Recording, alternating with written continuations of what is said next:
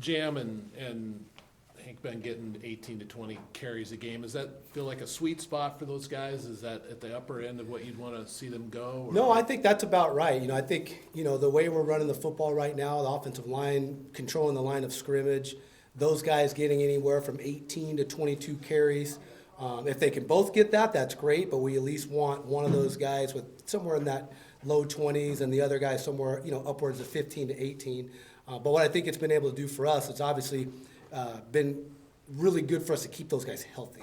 I think they're two dynamic players, and it's easy to say, well, why don't we give them the ball 30 times? Well, you give them the ball 30 times too many times, right? Then now you're just adding on additional risk of injury. And I think because both of those guys are so valuable, giving them both opportunities around that 20 carries per game, I think is the sweet spot to keep them healthy and keep them productive. Yeah, it seems like when they're in that 15 to 20 carry range, are they still pretty fresh, and the other team has been getting hit. Exactly. I think you've seen it, in our wins when we're able to really get into that 4-minute offense and run it. Either one of those guys is in and they're fresh. And that's something that the defense has a really hard time with, because they haven't been off the field as much as those other guys. And so when we've been able to kind of break up those duties between them, what you're really seeing is two starting running backs playing at any given time in the game. What does all add to the mix? Oh, man, Salah's a little bit different. He's a little bit bigger back in stature. He's about 210 pounds, just about 6 foot, and he's got really good top-end speed. So I think his running ability has just been a good change-up. You kind of get Jam, who's like a slasher, right, can do a little bit that way. Hank's physical, right, quick, get a good burst. And then Salah's a little bit bigger and he's a little bit faster. So I think those guys together as a group really complement one another for sure.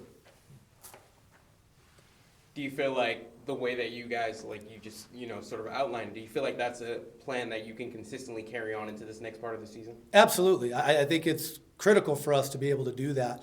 And really in this age of the game, 2024, I think those days of seeing one back get 30 carries a game is pretty slim. Right, because the defensive players are just too fast, too physical, and those guys get worn down. So I think this system for us bodes well to be something we can carry continuously over the course of the season, for sure. How did you feel like the energy from the running back position grew in that last game where you're running option, running fly sweeps, running a lot of different things that you hadn't run in the first 3 games? I think one thing it really shows is the versatility of our room. Those guys really are all-purpose guys. When we talk about Jam Griffin and Anthony Hankerson, those guys can do everything that we want a back to do in our system. They obviously can run the football really effectively, but one thing that doesn't show up in the stat line is the pass protection. These guys are excellent in pass protection. They're physical. They really can block pretty much any linebacker in the country one-on-one. And then obviously both of them have shown that they can catch the ball too. So those guys are really all-purpose backs, and I think you're really seeing that kind of outlined in this first quarter of the season. Things are obviously cooking pretty well, but is there an area of the run game that you would still like to see some improvement in? Oh, 100%. I think that's something we talk about in our room daily is we're doing a really good job, but man, there's still some change out there left to be had. What might that be? Yeah, and so I think for my guys, I want to see them continue to break more tackles, right? Second and third level. Want to see them continue to be more consistent, pressing the heels of the O-line and some of our zone schemes. So there's a lot of technical things that can get a lot better. I think they're doing a really good job, but there's still, again, a lot of left out there that we can still do a better job of, for sure. When you talk about breaking tackles at the second level, it's kind of an easy thing to say, right? Sure. You want your guys to run more people over. How do you go about coaching that and teaching that, or showing them on film? I think number one, to kind of ask how you coach it, we do a lot of drills where we're having to set up blocks. I think breaking tackles at the second and third level a lot of times has to do more with not necessarily beating a guy one-on-one, but setting a guy up so you only have to work against half of him, right? And so I think we've been doing a lot of drill work where we're making our first or secondary read, and then you get into the secondary, and then you got to make that guy miss. So we're working a lot with that in Indy, and then just schematically just putting our guys in a position to where the X's say, hey, you should be one-on-one with the safety or one-on-one with the corner, and then again, making that matchup happen and really winning that one-on-one. When you're talking about setting up blocks like Yep. that, how much are you and Coach Devan working together, when he's trying to get guards up to the second level, hit linebackers, and trying Sure. to get running backs through? Well, yeah, I mean, Coach Devan and I work very closely together, and we talk a lot about, hey, making sure that our O-line is working on the same track as the back. And so, especially in the zone scheme, right? And obviously, we're kind of majoring in some zone stuff.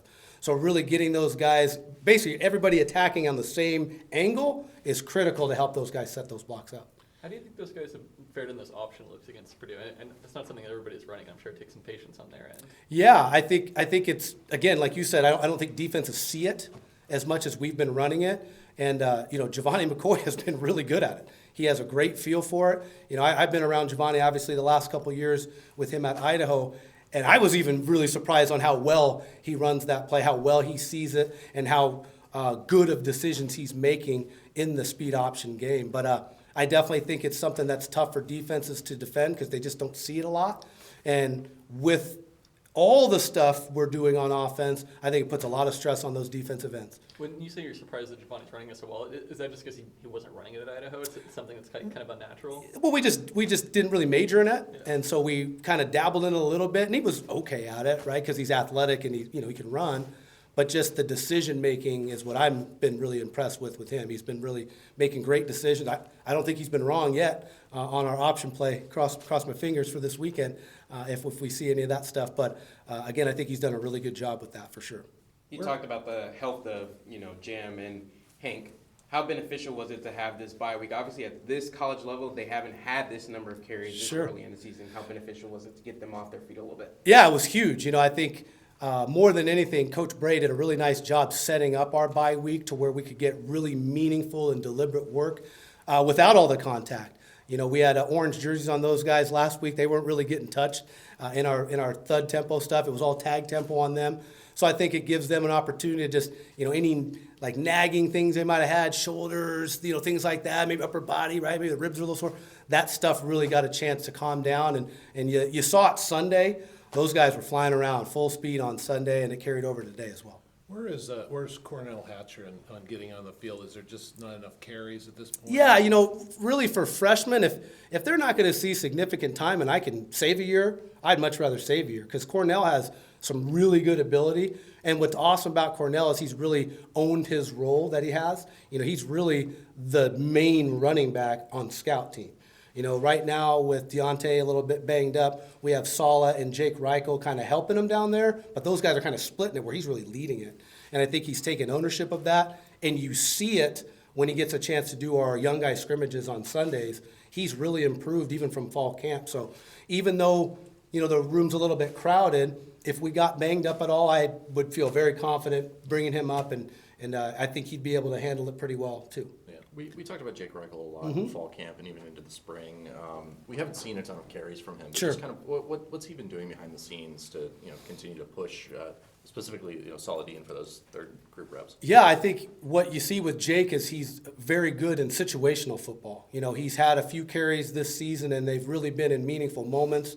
The most recent, really, San Diego State, he converts a 4th and 1. But that's his skill set, right? He's a downhill physical runner, and he's going to continue to work. Like, he's not one of those guys that says, well, I'm not getting a lot of carries, right? He's preparing himself to be the starter every week. And so he knows whenever his opportunity comes, he'll be ready. And I have no qualms or any, there's nothing nervous about putting him in the football game. So the option was kind of game plan specific to Purdue, at least we've talked about that a little bit. Did it go so well that you're thinking maybe that needs to be a permanent part of the menu?